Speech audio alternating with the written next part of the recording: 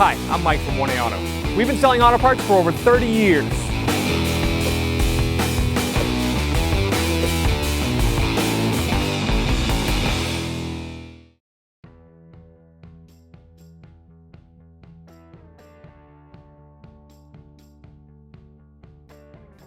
Today we're going to remove the airbag, driver's side airbag, on a 09 Honda CRV. And to start the procedure, you disconnect the negative battery terminal, and I like to wait more than 30 seconds. The manufacturer says you can wait for 30 seconds. I like to wait for at least 2 or 3 minutes. First thing I'm going to do is I'm going to remove the little access door here for the connectors to the airbag. Set that aside, and you'll see the connectors up in there. I'm going to pull them down. Pull them out.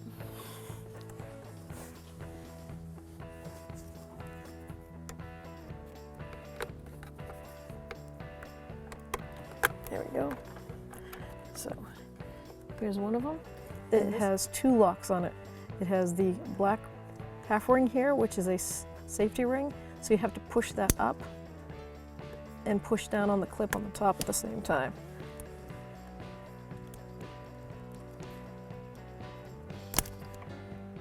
Great. And then our second connector is the horn assembly. I'm gonna get up in there and see if I can get that down.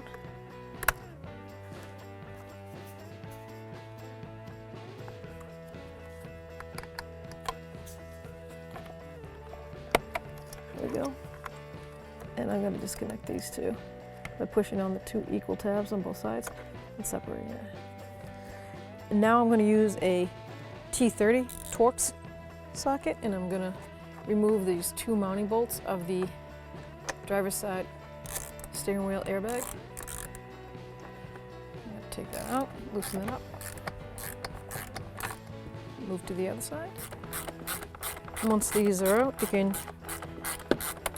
we're going to tug on the airbag. It should be just come right out. It's going to be the center pad here. Now, we just have to fish our wires through. Careful, not to snag. And there is our driver's side airbag. Now to remove the steering wheel, we're going to unbolt this 14mm head bolt in the center shaft.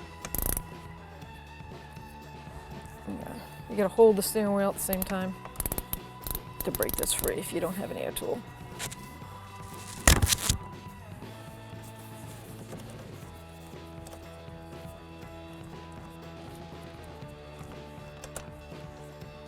Set that aside.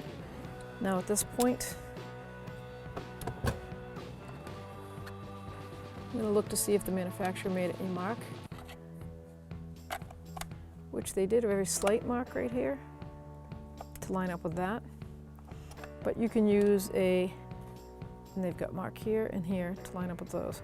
I'm still going to use a marker so I can assure that I'm going to put this on the right spline when I reinstall. So by taking a marker, I'm going to mark the shaft in the steering wheel. Make sure those marks line right up. On this particular wheel, you don't need to pull her. You can just walk it back and forth and snap it free. And be careful not to pull it out all the way. I'm going to rest it, and I'm going to unplug my wires from my clock spring.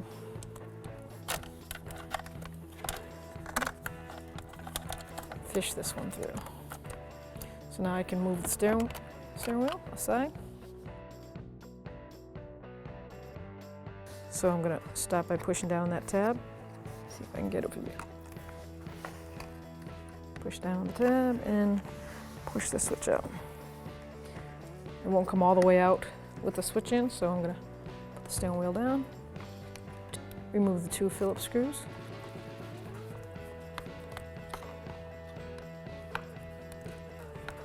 That is the volume control and the mode switch.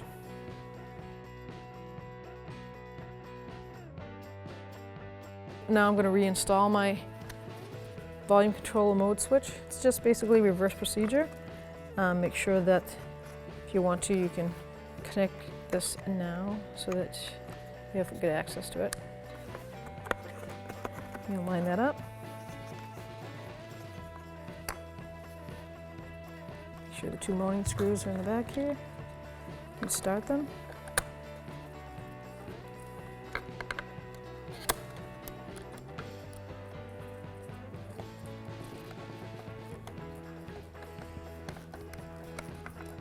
Snug them up. Once again, everything's plastic, so you don't have to crank on it. So I'm going to make sure my clock spring is sitting at the 2 tabs that guide into the steering wheel at east and west. I'm going to hold onto the connector here. I'm going to guide it right through. Now I'm going to slide the shaft on. As you can see, those 2 yellow tabs are lined up and they're sliding right on.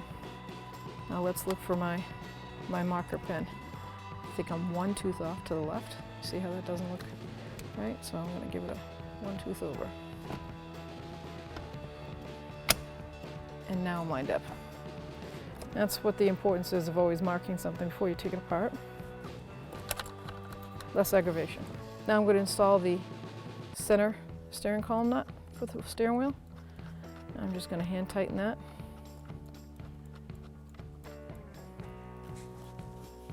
And I'm going to torque it. And now I'm just going to give it a nice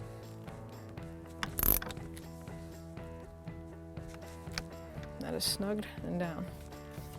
No play. Now I'm going to connect my control connectors. This controls my cruise control and my radio controls over here. I'm going to connect those in. Make sure I push all the harnesses back in the guided spots the manufacturer provides and out of the way. That goes down below here. So is that. So I'm pretty happy with that. Everything seems out of the way, and I'm going to install the airbag. So to confirm that I'm going to slide these down through the access port on the bottom. Make sure they're clear and out of the way, and I want to pinch them. Then I'm going to line up the mounting bolts, sliding pins with this airbag right in the center. Give it a push. There we go. Now I'm going to just confirm, make sure all my wires up. Yep, they're out of the way. And I'm going to put the 2 mounting screws on first. That's a Torx T30.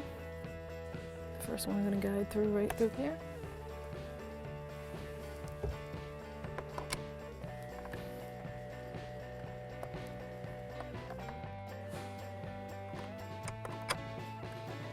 I put a little slight pressure, as you can see, on the actual airbag. That helps the bracket seat itself. Now that that's threaded in, these get torqued down to 7.2 foot-pounds.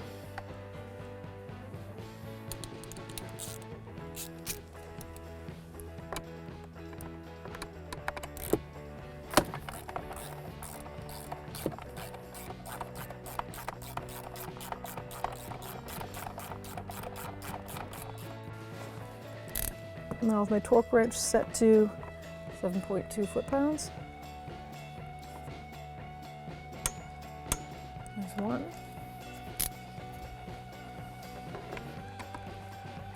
There's two.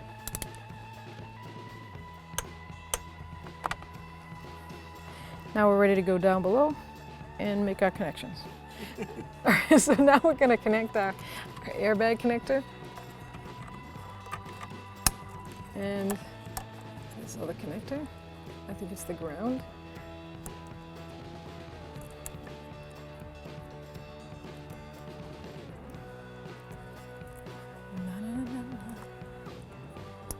Okay, now we're going to put them up inside where they connect, up out of the way. Now they're snapped into place. they're safe. We can put that door on. So you see 2 tabs. 2 tabs there, 2 tabs there, but this side is curved, so this side's going to go up, inside, and push. And now we're done. Thanks for watching.